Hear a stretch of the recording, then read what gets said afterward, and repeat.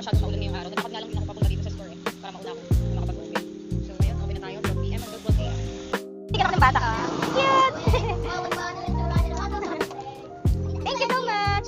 Bibigay sa kanya ng coins, pero sila pala yung nagbibigay. Nangangaro din sila, tapos ay kakanta sila, tapos sila ang nagbibigay ng mga chocolates sa kinakantahan nila, pinagkakarolingan nilang mga bahay.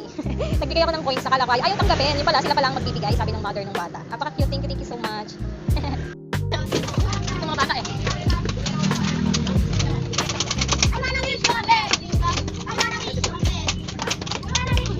Spanish latte large, dalawang double pastil at apat na regular pastil.